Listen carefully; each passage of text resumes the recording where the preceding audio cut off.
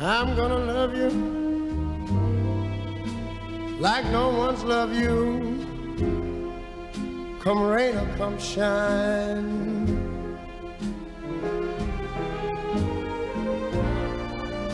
High as a mountain, deep as a river.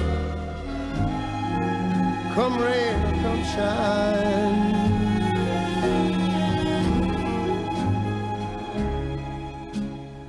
I guess when you met me,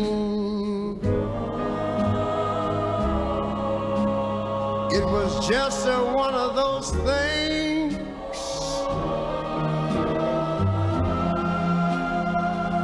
But don't ever bet me, 'cause I'm gonna be true. Well, if you let me, you're gonna love me like nobody's loved me. All right, hello everyone. You're listening to the JLR Podcast Network, and it's time for another episode of What's This? Joining me today is my regular guest, Egill. Say hello. I'm sleepy. Sleepy? Yeah, we're doing this pretty early at your time zone, I suppose. Was Yeah, it still not before that. Yeah. Not that that- terrible. No, not that early. Like Not this that should early. be like I should be waking up at this time much more often. Yeah, I mean, I've been basically living the 6 to 10 lifestyle now, 6 a.m. to 10 p.m. And it's fine. I sound like an old man, but it's fine. Anyways, this is the show where we introduce a film to each other, and then we watch the film and review it later on. If you've been listening to the shows, you should know it by now. But you never know. There might be new listeners. Anyways, today it's my turn, and Egill, this isn't much of a surprise, my pick. This is basically what I said we had to do after we did the Joker podcast.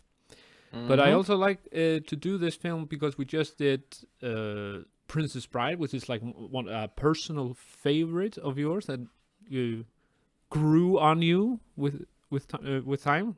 Wouldn't you say that? Yeah, definitely. So without further ado, my movie that I'm going to introduce to you is the film The King of Comedy. And yes, mainly because when I watched it again as a sort of a prequel to the Joker, I thought to myself, this movie deserves its own episode. And the other reason being, it's a film that I saw once and thought, wow, this is kind of a funny, quirky film, strange. And then I saw it a second time and I was like, actually, this is a great film. The more I thought about it. So, bombs away. Do you have any questions? Why this film? Well, I kind of explained why, but yeah, you if kind there's of any explained other it. particular. So this is a Scorsese film. It's a Scorsese film. I'm thinking, is it? And he's got Robert De Niro there. Yeah. So likes working with him. the I'm wondering, experiment- is this before or after Taxi Driver? this is after Taxi Driver. So Taxi Driver Okay. is was it 70? It was before the 80s because King of Comedy is an 80s film. That's for okay. certain. Yeah, and so the thing that is really interesting in this case, introducing this film to you, you've already seen the Joker before you see this film, so it will be interesting to see like what will you pick out of out of King of Comedy that you can relate to the Joker. I mean, so you're basically going to do what the reverse of me. I already had seen King of Comedy, and then when I saw Joker, I was like, yeah, wow, yeah, I see a lot of things here, connected things, and then obviously the astounding thing that I heard was like, you could look at the Joker film as a sort of a sequel to this film. Like, it's not the same character name, but you could imagine what would have happened to the characters. I don't want to explain too much. Especially, Yeah, I can don't sort want of to guess spoil it, from but yeah, just from guess from context. yes, to get that context. What's your image of when I say the name Robert De Niro? What is the first image you think of? I think of Taxi Driver, and Okay. and I think of like Meet the Fuckers, like Okay. because like in his older, like he started doing a lot more, like, I guess, comedy stuff when as he got older. Mm-hmm. Like, I guess he mellowed out, but like those were the first. Yeah. Those are the first two movies, and like the very disparate tones. Well, I'm trying to remember like what I'm pretty like he was like, because like obviously Robert De Niro has been in a bunch of film. I'm trying to remember. I feel like I'm missing out a famous there film that he was in. yeah, there are a lot of pretty famous films. I was kind of peculiar. I thought you would go with the normal answer is yeah, he's the guy who plays gangsters, mafia people, basically. Oh yeah, But- yeah. Yeah, because that's the thing. Like, yeah, I was thinking, like, I think of like, mafia gangsters, but then I was thinking like, I'm trying to think of like a specific mafia gangster. Then there was like all these bunch of different. Like, yeah. didn't he play Al Capone at some point? Yeah, he did that in The Untouchables. Then he played Vito Corleone, a young Vito Corleone in Godfather 2. And then he was in Goodfellas. That's another Scorsese film. And he was just a raving lunatic in that film. Well, obviously, just a, just like the mafia was back then. That's I've always heard this debate that The Godfather is the most famous gangster film, while the Goodfellas is probably the most realistic. And as a fan of The Sopranos, when I finally saw Goodfellas, I was like, yeah, I see now. This is much more like it, I suppose. And I kind of that film has grown on me as like I think it's the better mafia film. But but the Godfather films are terrific. I'm not gonna take anything away from them, but so yeah, I would have thought, you would have said the image. Oh yeah, he's the guy who always plays mafiosos, gangsters, right? But recently you mentioned Meet the Fuckers, and what was it? Meet the Parents was the first film in that. Yeah. Like, So- he's been a sort of in more. I guess like as he gets older, maybe Yeah. you want to do more like less serious stuff. Yeah, I mean, Was there's that it? this But thing. he's also been yeah. in. I have not seen the Irishman. No, I have not yet, and I kind of want to watch that film soon. Is that after Scorsese's we do latest this. movie? Yeah. That's the thing. Well, that one is like what 3.5 hours or something. Yeah. And they put it right on Netflix. I've heard like it's a real Scorsese movie. Yeah. Well, then again, it's a very interesting idea to watch that film and then like compare it to watching 3.5 hours of a Snyder film compared to it. Oh yeah. But yeah, so yeah, Robert De Niro, he has had this label on him in recent years that he's kind of he's sold out. He's just doing films now for the paycheck, and there are some really bad ones out there. If you should look up the reviews for, what was it, The Bad Grandfather or something. It's supposed to be. Yeah. It's a really detrimental film. It's like this great Dirty Grandpa. Yeah, Dirty Grandpa. Yes, this great academic, actor that won the Oscars. Like the role he has found. Or The himself in War this with film. Grandpa. Yeah. I'm looking at his IMDb. There's 2 movies with Grandpa in the title. I mean, the sheer volume of film by this guy is just unbelievable. And he is. I mean, he honestly has done a lot. He's done almost everything. But yeah. So, but recently maybe he hasn't been that much outstanding as he was back in the 70s, 80s. But although I thought, did you like him in Joker? Oh yeah. Like he is a very believable as a sort of as a late night host Yeah. type character, Mm-hmm. and like as a as an older sort of type person. Mm-hmm. What I really liked was like him when he's talking to Arthur behind like in the changing room, Oh yeah. like where he's really nice, and then he Mm. like sort of goes into performance mode. Yeah. It's a completely different image that he puts up then, when he's Yeah. but when he's on stage, yeah. But okay, Hmm. so Robert De Niro, so many films that he's done, and there's so many performances that I can think of. They've been both, he's been a scary guy. Have you seen Cape Fear? I have not. Yeah, that's a really that's a really weird film where he is like stalking Nick Nolte. But yeah, Mm. but yeah, he's done those roles. He's done the angry guy roles. He's done the very serious roles, and then he's been in comedies as well. After I saw King of Comedy for the second time, I honestly I think this is my favorite Robert De Niro performance. Mm. And it's nothing like anything else he's done that I can think of. Not in that. Yeah. There's nothing. I have a question for you. Yes. Obviously the name is King of Comedy. Yeah. Is this a funny movie? Is this a comedy movie or It's drama movie or? So it is definitely funny. I found myself laughing a lot the first time, and even more the second time. And I think, first of all, you're gonna cringe.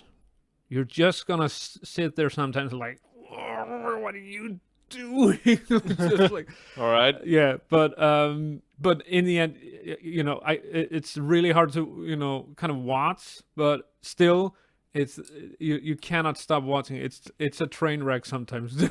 What's going on? But there are just so many great scenes in this film. And it's a surreal take, especially the script is really surreal.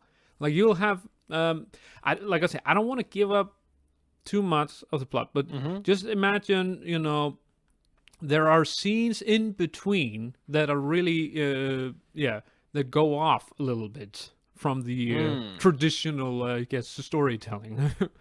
And Okay. and there's a good reason why. It's all about what kind of a man we're dealing with, the lead character in this film. And there's also I should also mention, like I said, it is Robert De Niro, but there's also a great performance by the one and only comedy legend Jerry Lewis. Now, do you remember any Jerry Lewis films? No. Did you see the original Nutty Professor? I think I've seen a review of it. Oh, okay. I think I've seen more of Jerry Lewis being referenced than I've actually seen of Okay. Jerry Lewis. Yeah. It is quite. Like I think, how old is, like, what is the era like where Jerry Lewis was? Well, I mean, he was. It's the 50s, I suppose, right? Yeah. Right after, yeah. Him and Dean Martin. They were this great duo, comedy duo. Dean Martin was the singer, and Jerry was the funny guy with a funny voice. He was like adored in France, and he became like he got the greatest like honor in France because people loved him there. And he had like lady, the character in The Simpsons. What's his name? Yeah, exactly. Professor Frink.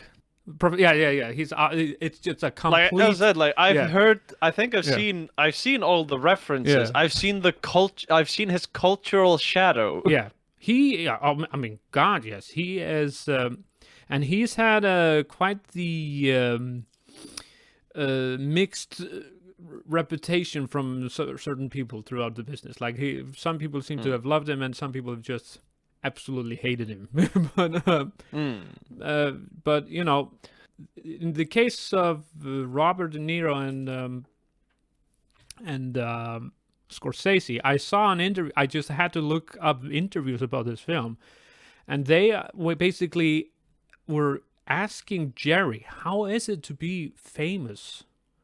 And Jerry was like, "What are you guys talking about? You're both famous." Like, but they were more. Oh, yeah. But maybe it's the gap between them and Jerry that made them kind of approach in that way. And maybe they were also trying to get more of that. How was it to be famous back in that era, the 50s, 60s? There's no social media. There's really the limited TV stations and that I was watching. If you're going to contact someone, you have to send a letter, stuff like that. Like the era, the being famous then is definitely a different thing than being famous today. Also, it was a bit of a touchy subject, this film, apparently, because this is 2 years after John Lennon was murdered.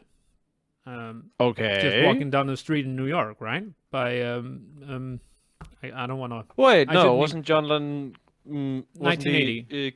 Wasn't he killed? Wait, what? Wasn't he killed at his home? No, he was outside when he was killed. He was outside walking. Yeah, right outside his apartment. I'm pretty sure that's the story. Him and Yoko Ono right outside his apartment, and then he got shot by that. Fuckface. I can't remember his name, but good riddance. I don't want to know his name. But yeah, it's kind of because this happens in New York, and this is about crazy fans that will do drastic things, illegal things. So I feel like I'm, now I'm maybe spoiling too much, but I don't want to say anything else. But so yeah, I guess that kind of I don't know. I don't think Scorsese. I really don't know if Scorsese already had that movie planned before that happened, or if he started preparing this film after the tragic event. But it definitely shows a different light of being famous and how to deal with all that fame as well, and what the back gets with it. Oh, question. So, like, it's made in '82. Yeah. Does it happen in the '80s or does it happen in the '70s? I guess. No, I think it's happening in the '80s. I think. I'm pretty sure. It's like a contemporary. I don't get the feel it's in the '70s. Although I mean, '82. It's such a so it's in that era. There. Yeah. So you could watch the film thinking it was a '70s film still. I suppose. Yeah. But I mean, yeah. But yeah, it's around. It's kind of that era is. I guess it's a completely different era now when it comes to these late night TV shows. Today's late night shows, Jimmy Fallon and what are the other, Jimmy Kimmel and Stephen Colbert. I mean, number one. I think the only one that I don't watch any of the shows. Yeah. I don't watch. The only one that I check out clips of is Conan. Conan, right. That is correct. So there are a bunch of them out there, but they've all kind of blended in, they all became like that same kind of political, and then satire, and then trying to make things trend on the internet.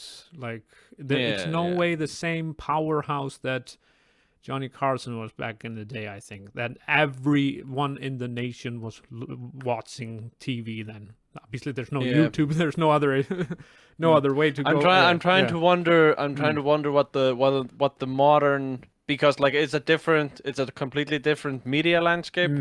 So I'm trying to imagine what the modern day version of a Johnny Carson would be like. It would probably be more closer to a YouTuber rather than a comedian. Just if you're thinking about public reach and stuff like that. I'm just who is gonna grab all that attention at the same time? That's a good question.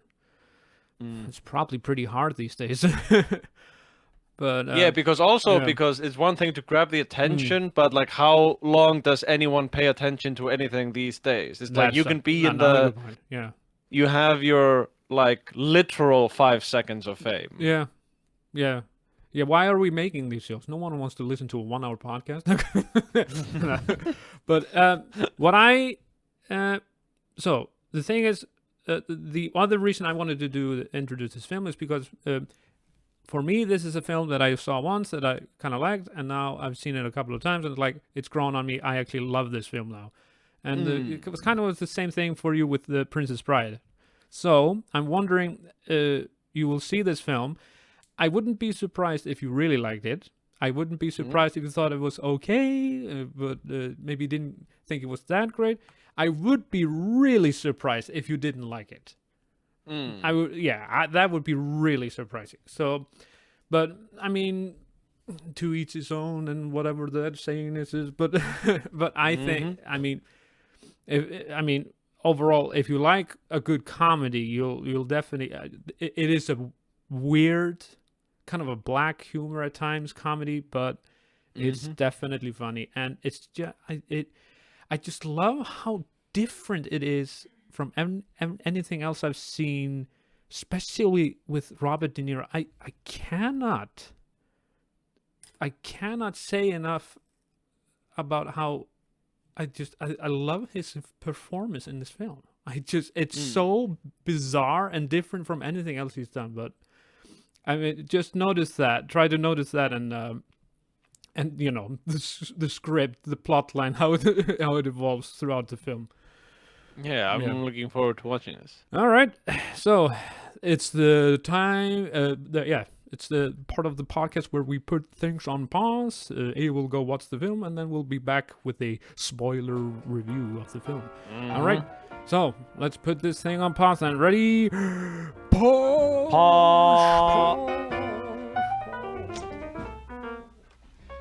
First of all, Miss Long, thank you very much for your help at the office and for passing this on to Jerry. I appreciate it more than you know.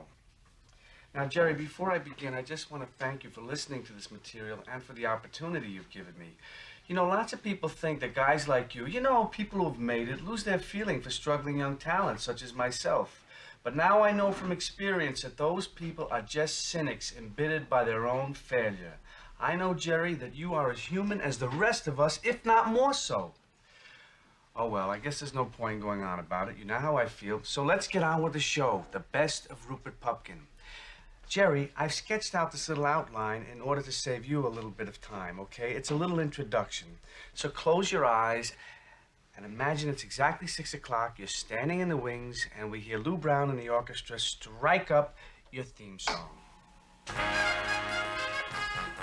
And now, from New York, it's the Jerry Langford Show with Jerry's guests, Richard Pryor, Ben Gazzara, Elizabeth Ashley, Carol Burnett, And the comedy find of the year, making his television debut, Rupert Pupkin, the new king of comedy. Rupert! Are you Hello. crazy? Say What's hello the matter to with you? Jerry. Ah, People Mom! are sleeping.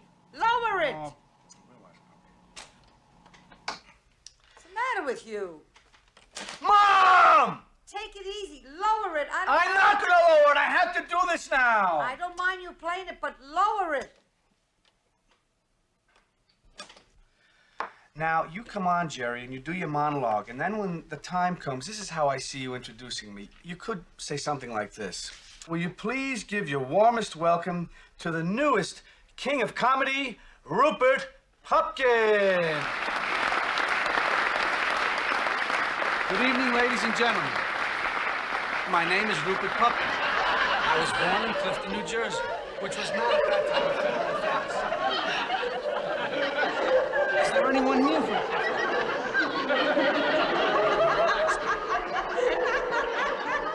But the fact is, the road is allowed to be walked too. Because once you fall below a certain level,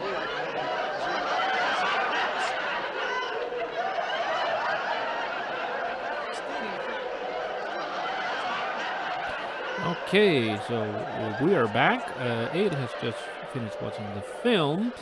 And before we start to talk about it, we have to do the famous part of the show, I suppose. No, it's not. It's not really that famous, but I feel like it's gonna be famous one day. It is time for the spoiler alert. If you have not seen this film and you don't want us to spoil it for you, then I recommend you should put this podcast on pause, go watch the film, and then come back to this part and listen to what we have to say about it. If you do not care about spoilers, then be my guest. Just keep on listening.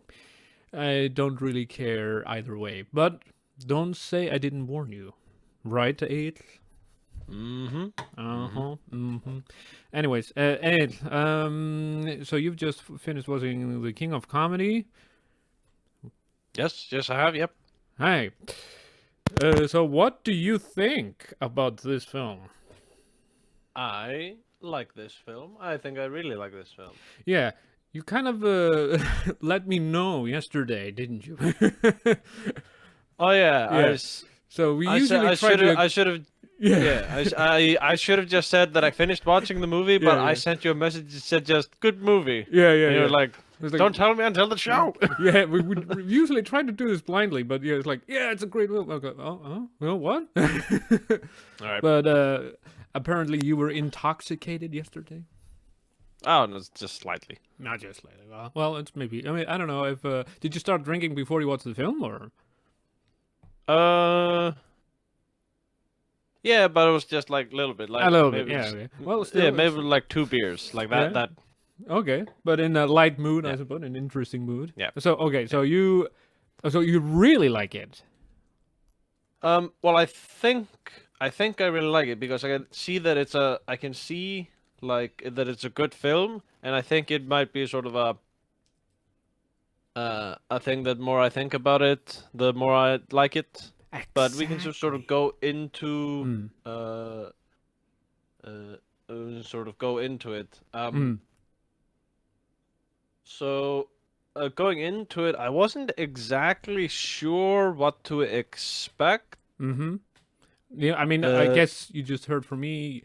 This is a film that Joker was kind of influenced by, and then I loved Robert De Niro in this film, and it grew on me. Like the second watching, I thought it was even better.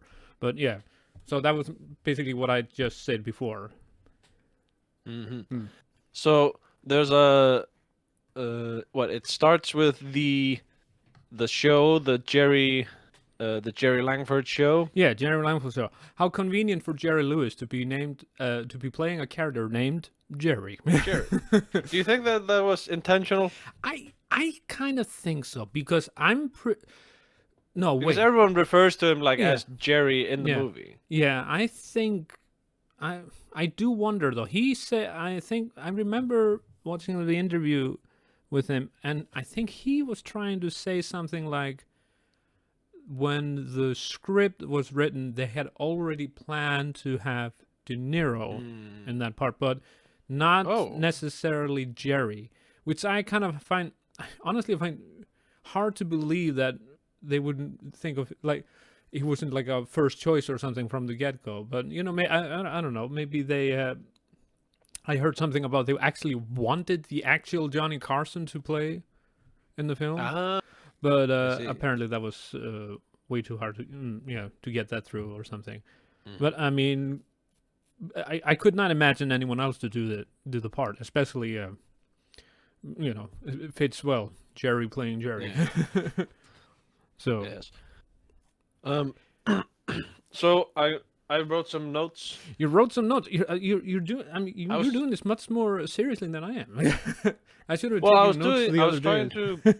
Well, it's like one. I was trying to like because obviously I'm trying to watch the movie both to like to enjoy it, take it in, and also sort of to, I guess, watch it as like a critic, like try to be critical at the same time.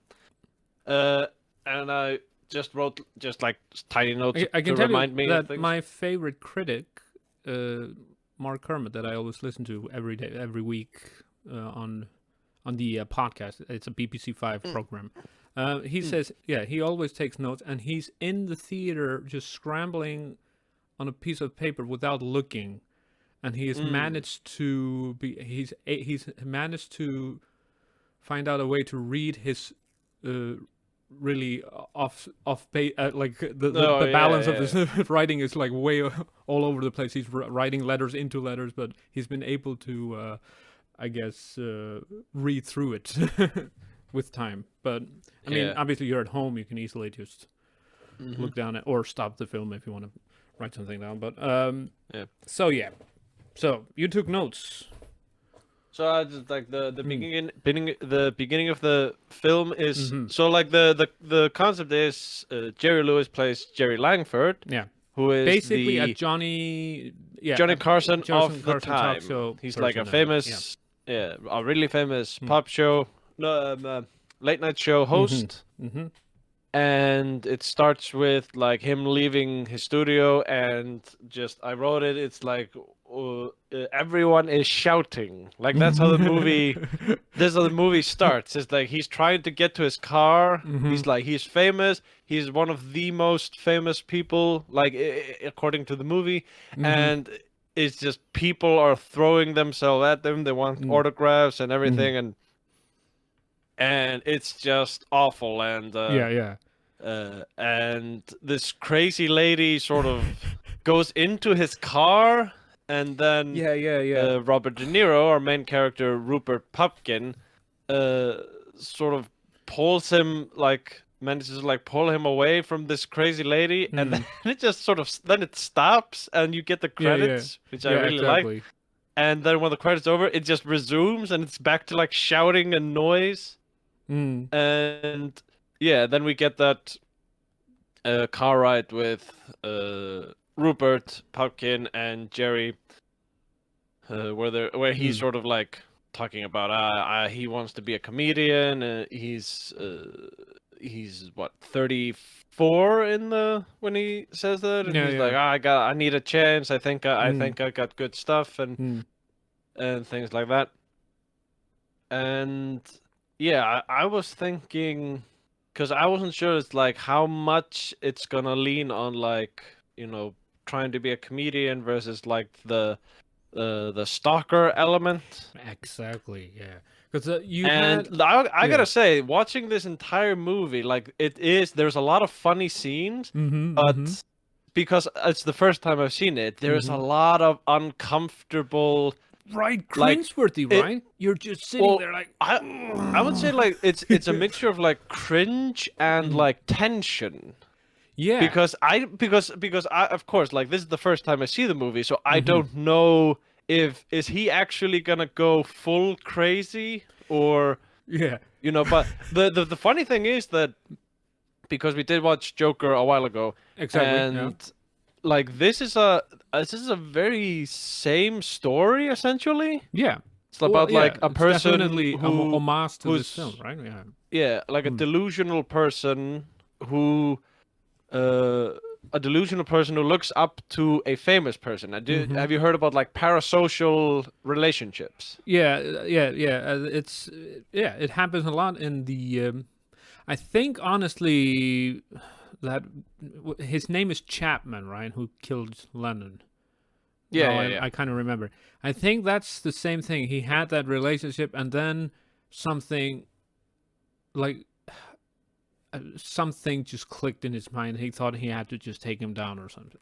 Well, he read Catcher in the Rye and just had delusion. It was some. It's trying to like understand the logic of a madman. Yeah. And I mean, this happens. You hear all these stories. I mean, there's the thing. Remember the thing about Björk, probably the most famous person from Iceland ever. That crazy fan that ended up killing himself. Yeah, that's a long time ago. But yeah, that's one of those really dark stories you hear about. Just fans going way overboard. Yeah. But so let's see. There was that, and he manages to talk to Jerry Langford, and he says it like, I'll call you, or you know, something like that. Like he has made contact. At that moment you start to see him getting a little bit more, you know, should I say like more pushy? like, Oh, yeah, or definitely. more aggressive, or The thing like, is that yeah, this it reminds me, like, I don't know. It's not. I don't want to be like mm, offensive, yeah, but like there is. you're gonna get It's canceled not. now. Maybe.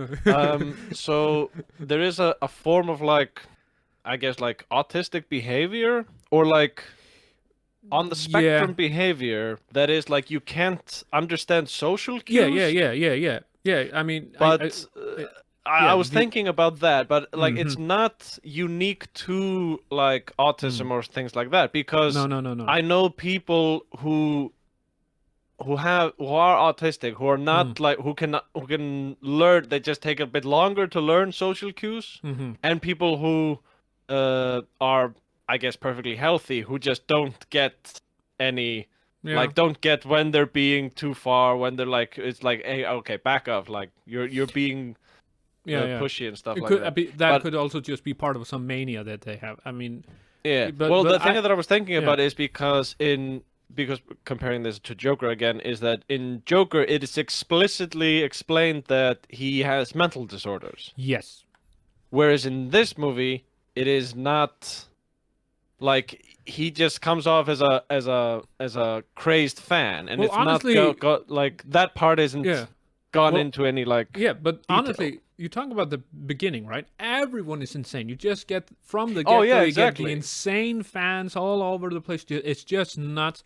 And then and you see him save Jerry in that situation, and he comes off as, you know, he comes off as desperate to talking to Jerry, but he doesn't come off as like a crazy person. He comes off as just like guy Yeah. who really wants to make it in the business. And But especially compared to Masha, yeah, the crazy lady, yes, which I thought she was like just gonna be like a throwaway character there in the beginning, but Ah. then they meet again yeah later in the movie, and like it was so weird to see like it because it's these two crazy fans Yeah, that are yeah, just yeah. way into Jerry Langford, and they are like annoyed by each other.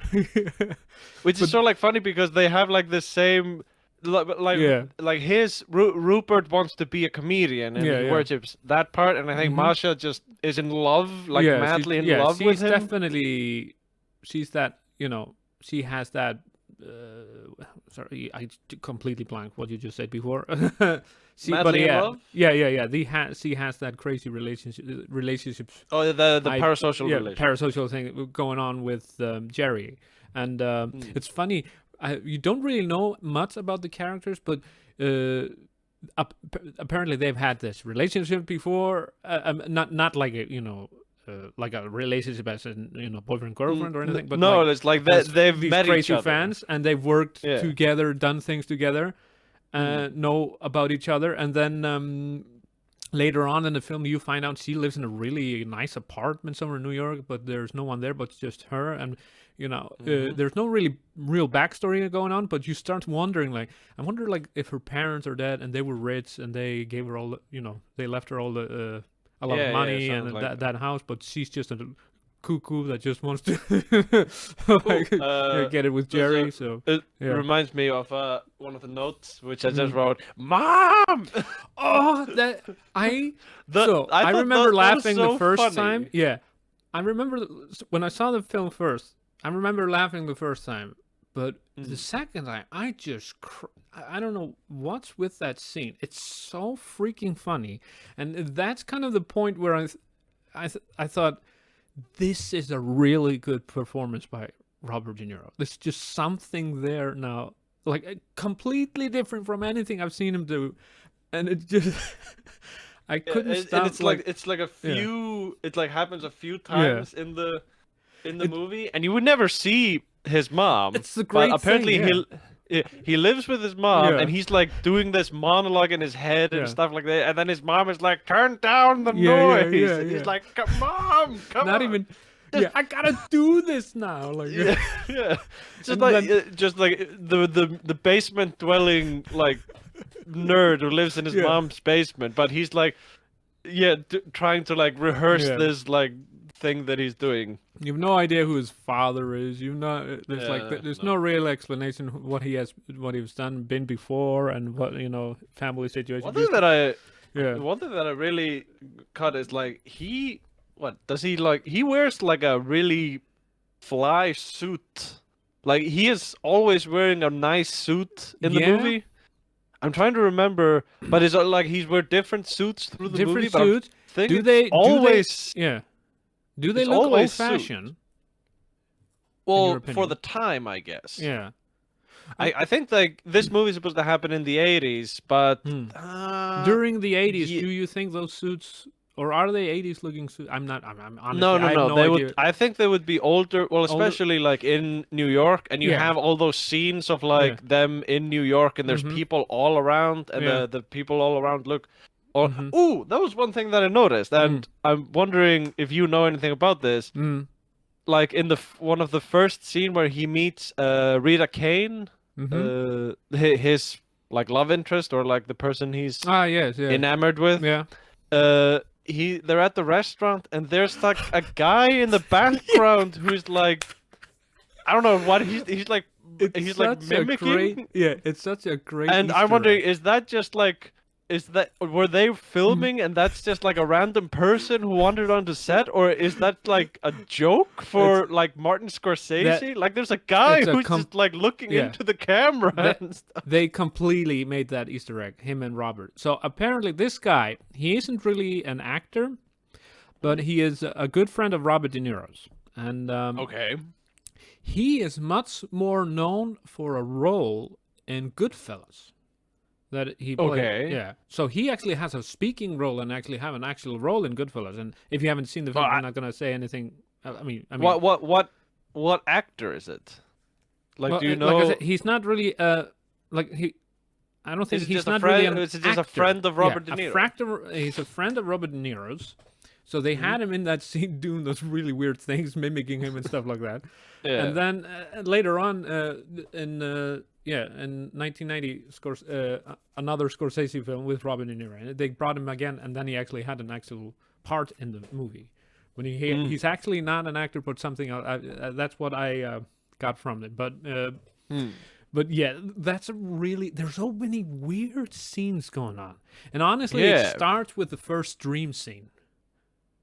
You know, Is that when he when he thinks he's having dinner with Jerry? yes, and then Yeah. which is also because we talked about who is Rupert Pumpkin really? Is he sane or is he completely? You said it.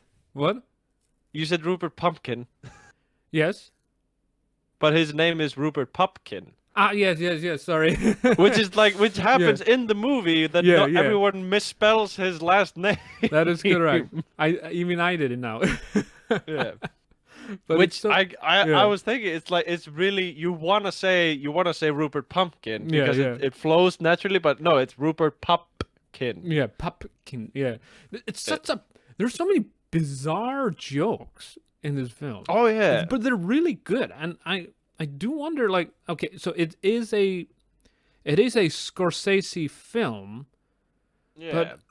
but I do wonder who's the screenwriter for that film, and what they have. Screenwriter Paul D. is Zimmerman. Yeah. Yeah, and mostly known for King of Comedy. I'm not seeing anything. Muppet Show. Yeah. Sesame Street. Street. Okay. All right. That popped up, and Man, that's he has only like 5 credits, and yeah, Yeah, it's like that's- Sesame Street. that's King of really Comedy weird. You would think a and- guy after a script like that, you would think he would get another chance. Like, hey, we wouldn't let you do something else. Then again, I have no idea how this film was at the beginning, like in the movies. Was it successful as it is, like, or is it a cult film today? Wasn't successful then? I'm not sure. But I definitely think when everyone talks about Robert De Niro, Scorsese, and those great films, Goodfellas and Casino, blah, blah, I think honestly, I think this is probably one of their best work.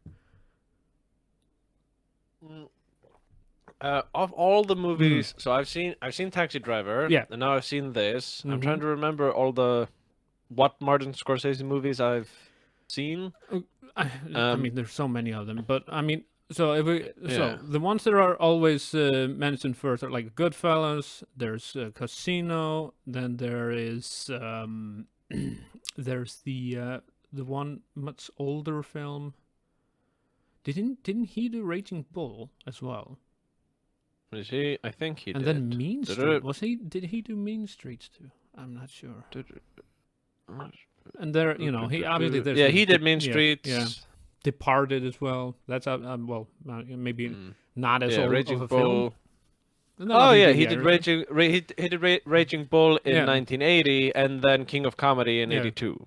82. Yeah. So Raging Bull is the one that everyone talks about. He got fat and like very famous. But I feel like this performance is so impressive. He really captures this character, and especially he does it like, because you're used to seeing Robert De Niro go, you know, nuts like in an angry way, and you've like I talked Yeah. about Cape Fear. He's completely cuckoo in that film, but like there is anger in this man, but it is so hold back, subtle. Like, remember that thing Oh, yeah. scene with the autographs, and then he was like, "Oh, this is gonna be the most famous autograph." Like, he gives it to. Oh, his- yeah. It has this Yeah. sort of like that. That's sort of what I mean is that there is this watching it for the first time. There is this sort of like. I'm laughing, but I'm Yeah. also like, is he gonna go? Is he gonna become violent anytime soon? Because he Yeah. has this sort of mania about Yeah. him, but he does a really good job of like containing it. Hmm. I'm thinking about the scene where they like go to Jerry's summer house.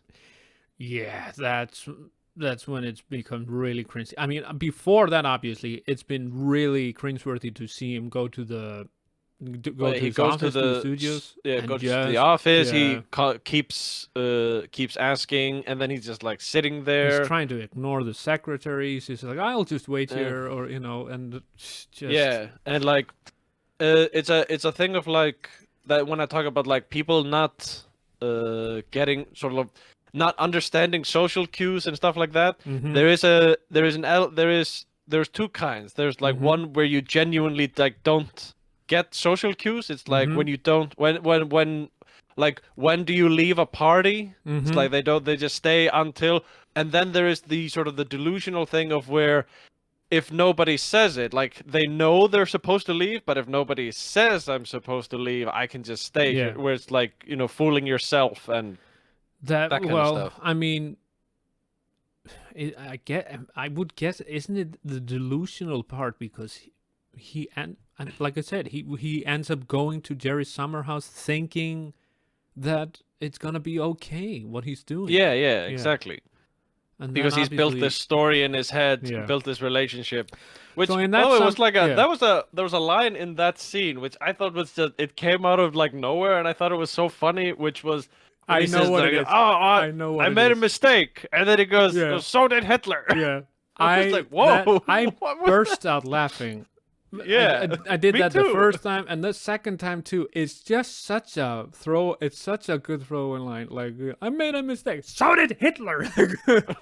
And it's funny because I mean, obviously Jerry is Jewish, and but so but the, Well, there's like a but there's a great tradition of like Jewish comedians just in banging on Hitler. Yeah, I mean Yeah. Mel Brooks just like Oh yeah, he exactly. said something. He quoted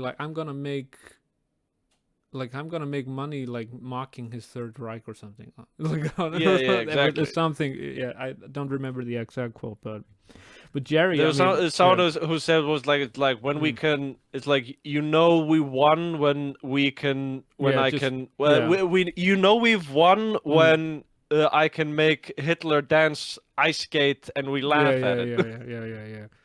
And we can make a mockery of it, and like, you know, Yeah, exactly. honestly, it feels like it was easier back then to make those jokes. I don't know if today thi- if you can I- make that, like, because of I think it sort yeah. of. I think it sort of swings back and forth. Yeah. Probably. I think like because I'm remembering like now that I'm talking about like comedian, and well, like I remember George Carlin, like he has a lot of comedies, and like he would talk about like how there was like a puritanical movement in like what the 80s and 90s, and then it sort of swung back, and then now it's swinging again, and it sort of goes back and forth between Yeah. it seems to swing back and forth with how sensitive people are. I honestly hope you're right. That we were going sometime we're gonna go back. But I mean, but yeah, that's like okay, that's my favorite line probably in the film. Either that or when he's yelling at his mom. Yes. And then- and like his yeah. room, which he has like this cutout of Exactly, like he of has. that, but yeah. the way it's like that's one of the things where it's like the shot is really cool because you have them in like black and white, and you have that red background, and he's acting, and yeah, it's like with the film isn't dwelling on how insane this really is. Like when you think about it, but like so it makes it feel like we're in his world, sort of. We are, because the movie reminds us this is all happening in his head sometimes. Like it's not just the first scene with him imagining having dinner with him, but then there's also him being at his office, at Jerry's office, and Jerry like telling him how great his tape is. Yeah, And yeah, then- exactly. It's such a weird thing when I hate you. You're so good. I hate you. And he's like shaking and like kind of Oh yeah, he's strangling. like squeezing his face. I just it's such like I said it's so bizarre but so funny at the same time. And I wonder yeah, they so- must have laughed a lot. I think making Oh this yeah, film. I can imagine. You I could- can imagine they had a lot of fun making this. This is where the fly on the wall is definitely a good. What do you call Oh it? yeah, I would've- anytime you yeah. get comedians together, Mm. or like great comedians and famous actors, especially Yeah. like what would Jerry Lewis? How old would he have been? He would be like in his like later years, because he So, doesn't. yeah. He really like. By the way, Jerry Lewis is a fantastic actor in this. Yeah. I mean, Yeah, and so, like- it's actually good to see him in that role. It's like, I mean, he's been known for being the goofy comedian all the time, and then actually be in the serious kind of business, like entertainer. Yeah. Yeah. And especially like it's something that he talks about several times. He talks about like how you got to start from the bottom, and like you got to work hard and stuff like that. And then when he's also talking about like being famous isn't all glamorous. And like I have a lot of responsibilities for the show, for like the people that are working, and we gotta make sure that everything works like that. And I thought that it was a really sort of it's a sort of a nuanced take on being famous and stuff like that, because there's a lot of people who would think of like famous people or politicians and stuff like that and sort of say like, oh, they have all the power and it's bad, but forget that those people have a lot of responsibility, which is a lot of pressure. True. I mean, So and that sometimes it's a thing to maybe consider. Pressure gets to you, and pressure can also change you, what kind of a person you are. You might have been someone else before, but we have no idea what kind of a person Jerry was maybe before. But you get the idea that he's worked a lot for what he has become today, and in some ways Rupert is trying to bypass the process. Do you understand? He's trying to cheat his way in. He's not going to. He's basically ignoring the man's advice. Yeah. But yeah, so I mean, So shall we go to the part? Yeah. So we've had. I wanna get back to that later. Wanna go. Let's talk about I guess like the third part. Yeah. So I mean, so we've talked about the fact that he saved him, and then he was trying to get to him again, like show his material, and then he was thrown out of the building, and keeps trying to tried crawl, to go went to a not summer taking house, the and hint. then just Jerry let him have it there, and then we end up And with so- the third part of the film, which is basically Yeah, and then him, Yeah. Rupert Pupkin, Yeah. and Masha, the crazy lady, they decide, all right, we're just gonna kidnap him. We're gonna make this really, really strange, elaborate plot. Yeah. Which I gotta say, I really like how this movie is edited. It knows how to cut perfectly in the scenes. So and then it like goes back into scenes. Like so they kidnap him and we just see them. They like take him. They first like he goes out of the car. He drops the gun, and then he has to like run around the car to pick up the gun again. And it's like, all right, get in the car. It's just like a not smooth character. Was smooth. Yeah, nothing. Yeah, exactly. Everything. Yeah. Yeah, and then it cuts into like them in, I guess, the crazy lady's apartment. Yeah. Where Her rich apparently they apartment, like put these glasses on him with cotton to make him look like a blind person or something. And I noticed it. I don't know if you noticed it the first time. I noticed immediately that the gun was fake. Oh yeah, I think I noticed that at the because beginning, it's like it's obvious like a plastic gun. Yeah. Or I don't know. Maybe I didn't even think about it. I just knew that. I didn't really think it through probably, but when it was revealed it was a toy gun, it kind of felt like obviously these are just two lunatics. They have no access to real guns, I think, but something like that. Yeah. And I thought I think that we were supposed to like I think that the audience was supposed to notice that it wasn't a real gun because it has that sort of plastic faded shine. It doesn't have that metal shine to it. Yeah. But so like they kidnapped him, and so Rupert wants to replace him on the Tonight Show or just the Jerry Langford show. He basically said he wants to do the opening monologue. He basically during the opening monologue, during the opening monologue, he basically said why he did it. The reason. He said it at the end. Better be a king for a night than a smug for life, or something. Oh, but wait. I'm saying that I'm wrong. Which, but I want to go back. It's like he does it for those reasons, and then, but she's kidnapping him because she's just madly in love with him. Yeah, she has no plan at all, honestly. I mean, but she I just think wants him, and well, there's that thing with the sweater, and then they start exactly. fighting. And I gotta say, like Jerry Lewis is acting in that he's just like he just knows, he's being quiet. Yeah. He's like sort of like thinking how to get out of this, but he's like not he's like visibly like fucking upset. Yeah, but he's also it's kind of a mix of being upset and just knowing like I'm dealing with lunatics. I just need to stay calm and like. But I'm saying like he's not panicking. Yeah, which I think is really it's a funny contrast to like where and then they start like yelling at each other. Where it's like you use my apartment to get ready for this. It's like you're always like getting the sweater on. And well, how much time do you want? And meanwhile, it's just him looking really tired. Just in the meantime, and that plot. Oh yeah, and then it like there's that scene. So like Rupert has Jerry call the network, and like this is the plan, and like let them know I've been kidnapped. Oh yeah, the cue cards. It's like, and then he's like, read these off, and there's like, what was he saying? This one is upside down, and then one is back to facing the wrong way. It's not grammatically correct or something.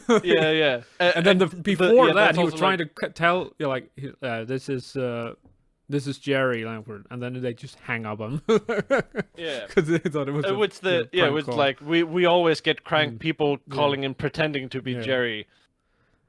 Which, like, I can imagine that being a real thing for, like, famous people. Like, can you imagine it's probably all over the goddamn place. Yeah. Can you imagine, like, have you heard the story having about to deal with that stuff? Yeah. Have you heard the story about James Bond? He's like, what was he? Some scientist, or was he working for a national? Was he I don't know, something to do with maybe animals, documentarian. I'm not sure. Just like that name was someone like, what's his name? Ian Fleming that made the Yep, yep. James. Yeah, The like he the original saw writer. his name somewhere. Maybe it was a National Geographic, like he was a photographer or document. I honestly don't. I'm not sure, but like used his name, and that guy said after James Bond, anytime he went like to order a pizza or something, yeah, this is. I want to, double, pizza with double cheese and pepperoni. Yeah, what's your name, James Bond? Click. It's just like the poor guy. Oh yeah, exactly. Nobody took him seriously anymore. So, so I'm guessing, yeah, that probably happens all the time. Yeah. So And yeah, he the plot, has this yeah, plan of yeah. like, so the FBI is there, Yeah.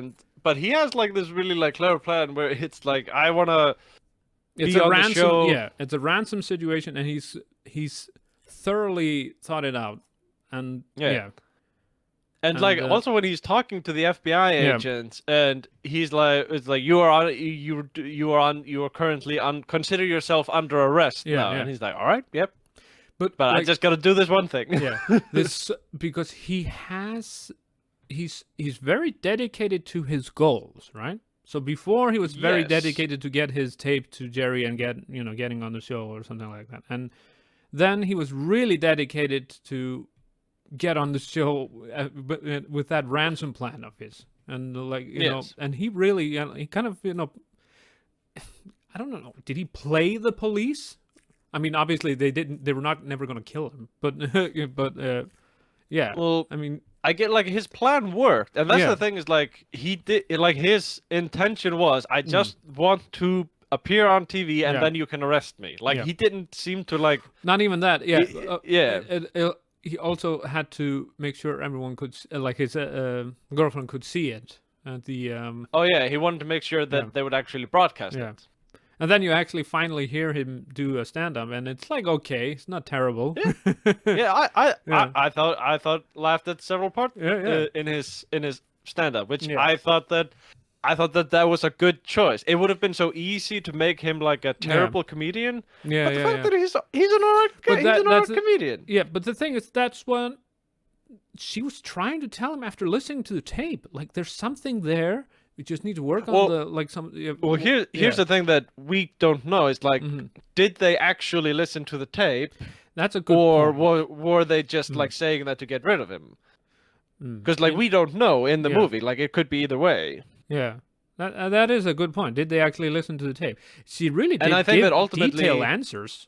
So I would Yeah, exactly. wonder if she's actually trying to help out there in that way, just to And- give him something, because he's been so Yeah. desperate waiting for Jerry, waiting. But to, I guess it doesn't matter. Like from his perspective, No. it doesn't matter no. if they listen to it or not. Like because they didn't give him the response Yeah, that he that he wanted, needed, which was yeah. to get on the show. Yeah.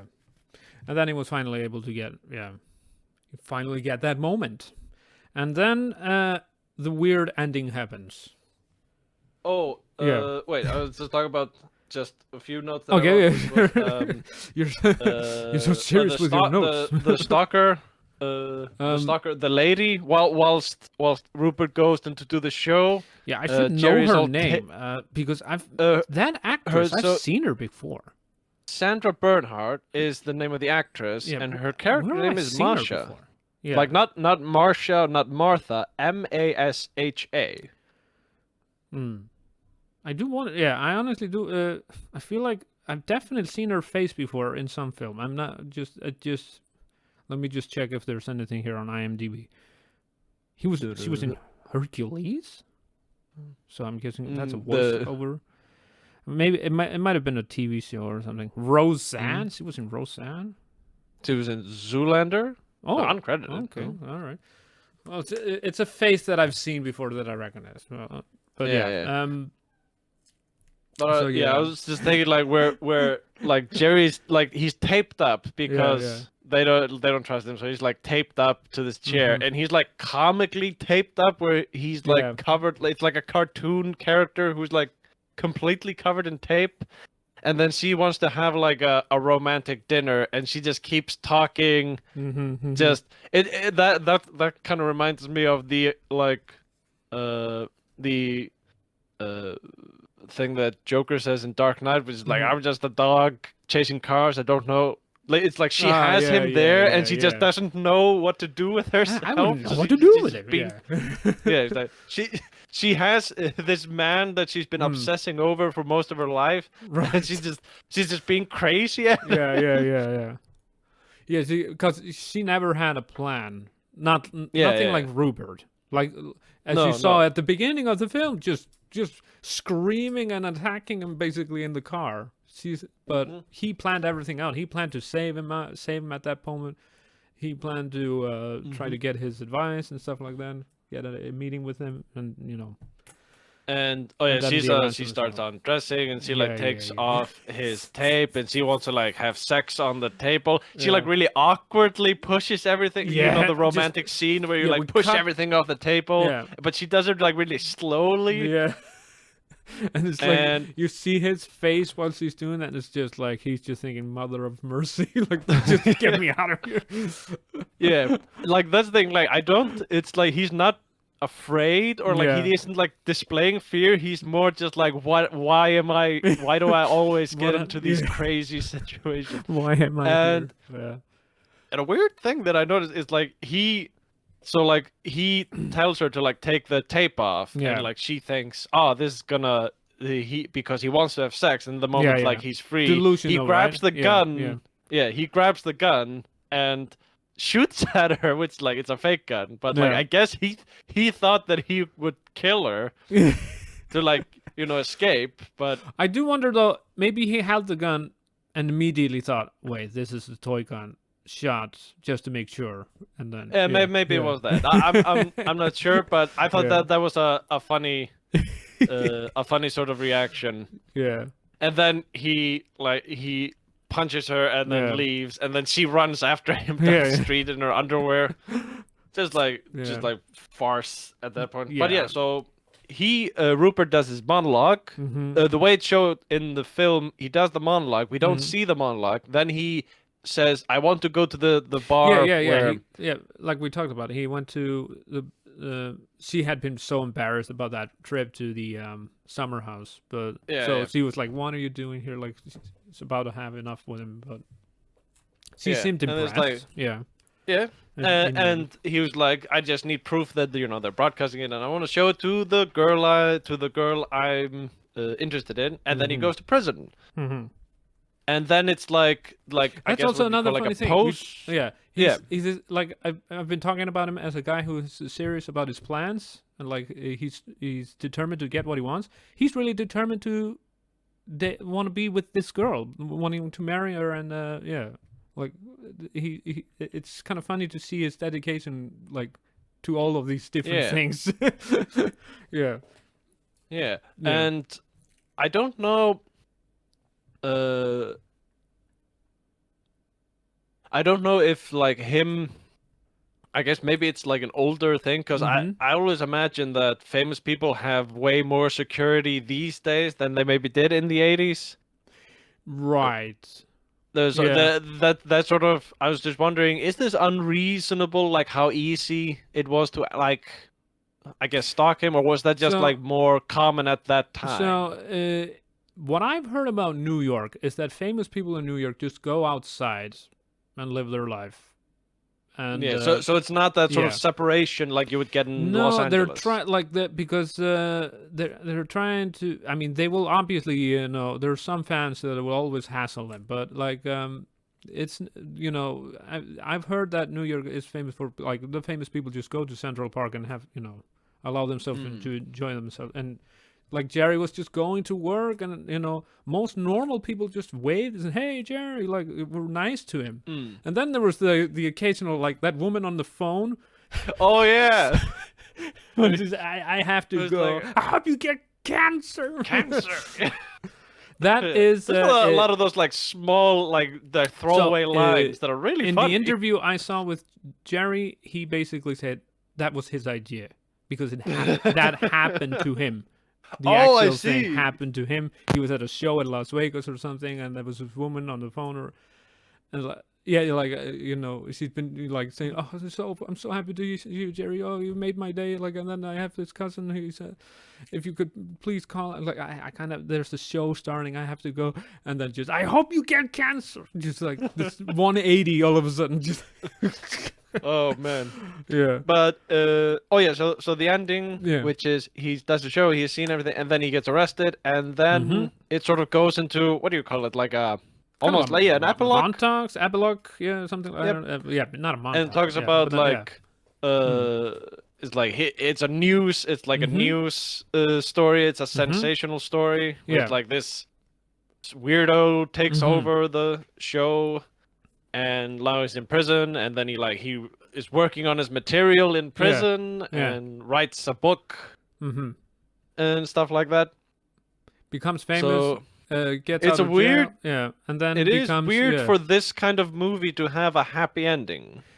Yes, so he comes off as not doing. He comes off as a little bit more innocent than we maybe ought to think. Yeah. I don't know if that makes sense, but like it's not really. Yeah, it's not a bad ending for him for sure, and he actually got his success with this because he was so determined to execute that plan, and it rewarded him in the end. That's kind of the culture. The culture in America rewards these things. So, Yeah.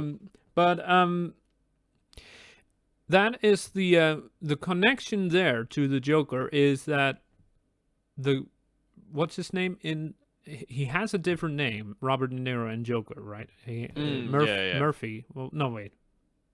Murray. Yeah, Murray. Yeah.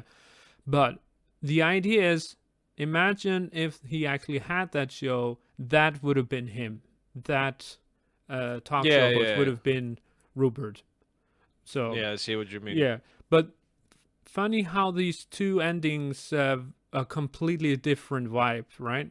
You get the after a weird kind of a setup with that ransom, you kind of get a quirky ending, but it's not all, kind of all is well that ends well, I suppose. But Yeah, but it it's was kind of the same thing. News report. It was on the news, and then he gained following, right? So kind of the same thing. Yeah. Joker was on the news. He gained following, but in such a much darker, I think, way. Yeah, I suppose. the thing that I was thinking about, because like we talk about Joker, is that I'm wondering if the movie Joker would have been more effective if it hadn't been so miserable from the start.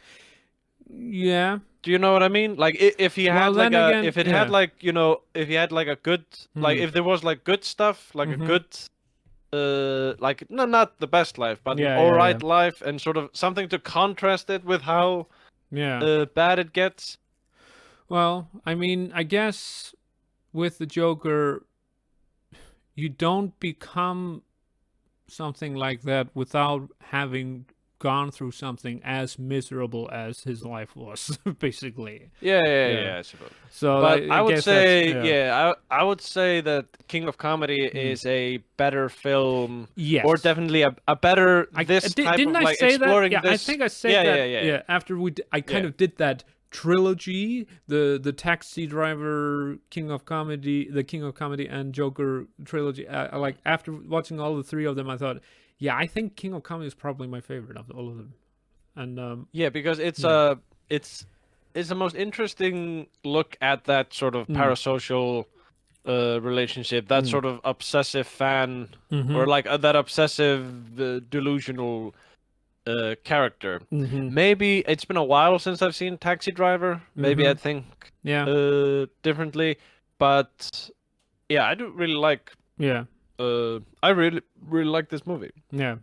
Yeah, I'm like Taxi Story is not bad or anything, obviously, but it's just No, but it's just a different. Yeah, it's just because I think it's because it's so different from anything else that I've seen. I mean, there are quirky films, there are odd comedy films out there, there are odd plot lines in some films that really work sometimes. I mean, I guess I in some ways I think about The Big Lebowski. how that is structured up, the strange characters, the strange plot line, just that maybe in that kind of a vibe, that kind of a mood.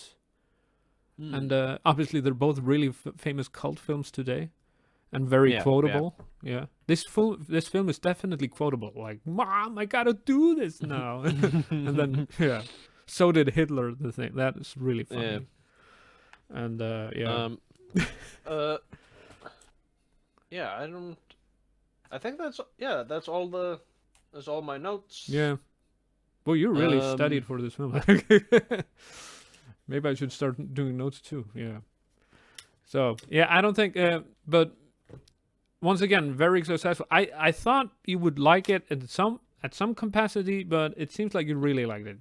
So Yeah, it was it's very And, like, successful. Yeah. it's a very good like the structure of it, like film, cinematography and everything. It's just okay. So it's, maybe really not good. not Scorsese. Not like I'm not gonna ask if it's like the best Scorsese film you've seen, but of all the Robert De Niro performances you've seen, do you think this is? This is definitely because it's been a while since I I've don't seen know, the movie, maybe- so I would put this Yeah. at the top. But then again, like You know, I haven't. Wait, It's been a while since I've seen Taxi Driver, and I Right. haven't seen Goodfellas. So I'm kind of reevaluating it. So maybe saying it's the best one is maybe that's maybe not fair, but I think it's definitely my favorite performance now that I've seen him done. But it's It might also be- fun yeah, to see him not in not as a criminal character. thing is- yeah, or it- like not as a gangster. Whatever. It also just like this is a real actor that can take on any kind of role, probably. Like it's kind of indicating like that he actually could do something kind of out of left field. Like you could think of it that way. So yeah. I definitely recommend this film to anyone who hasn't seen it yet. And yes, I think that's it. There's nothing else, I suppose, worth mentioning. I think I mentioned all of my favorite scenes: the get cancer and Hitler and Yeah. and, Mom, I gotta do this now. And I gotta. and the guy in the back, the Easter egg, Robert. De Oh, Niro's yeah, friend yeah, in the yeah, back. that- Mimic. It's just weird. That was because that's early on in the film, so Yeah, I was I like, know. "What the hell?" You're going off for a weird trip after that, basically. Yeah, very. So I guess there's nothing more to say about the. I wanted to ask you, like, because we've both both done performance, like on stage, like we've done plays and stuff like that. Yeah. I'm thinking, like, have you ever done stand up? Like, even if it's just open mic stand up or something. I've done stand up at at junior high school, middle school. Oh, okay. I just did it there's this lounge that we were used to. There was this room that we used to hang in and during recess. I don't know if it's still there or not. I have no idea, but for some day, I like there was just one time I just started doing stand up for no apparent reason, and like it was all right. I was just making fun of the kids in school. As one does. and some of the teachers, I suppose. Yeah. I was just trying to think of I've like never, that I've sort never of. done stand up like that. I'm not gonna. Yeah. I think saying something like I could do stand up if I would try. It's like saying I could write a book if I would try. Yeah, exactly. It's like It's not- technically yes, you can write a book. Yeah. Like every 1,000 monkeys will one of them whatever Yeah. it was. Million monkeys, Yeah, million a million typewriters. Yeah. You'll get a Shakespeare or something. Yeah. So I think we'll just leave it at here. I don't know. Next time, I mean, we've been talking about the live version thing. Maybe we'll try to aim at that next time, if possible. It would also be nice to have Yeah. others to join us for that kind Yeah, of. I think we just Yeah. gotta plan it a Yeah, bit. that has to be planned out. But then I still have films that I want to talk about, and probably you as well. Yeah, I gotta review my list of Yeah. films. I think after this one, I'm leaning on the animation that I talked about in this corner of the world, the Japanese Alright. animation about the Hiroshima bombing. I would definitely be interested in that. Yeah, but we'll see. We'll see what happens next. So, Mm-hmm. anyways, thank you once again. So prepared, wrote notes and Okay. everything, taking this seriously. Thanks for having me. Yes, no problem. And I hope you guys have enjoyed this episode of Watch This. And in the future, stay tuned for more episodes from the JLR Podcast Network. Until next time, you guys take care. See ya. Bye-bye. Bye, everyone. How can you stand the silence that pervades when we all cry? How can you watch the violence that erupts before your eyes? How can you tell us something just to keep us hanging on? Something that just don't mean nothing.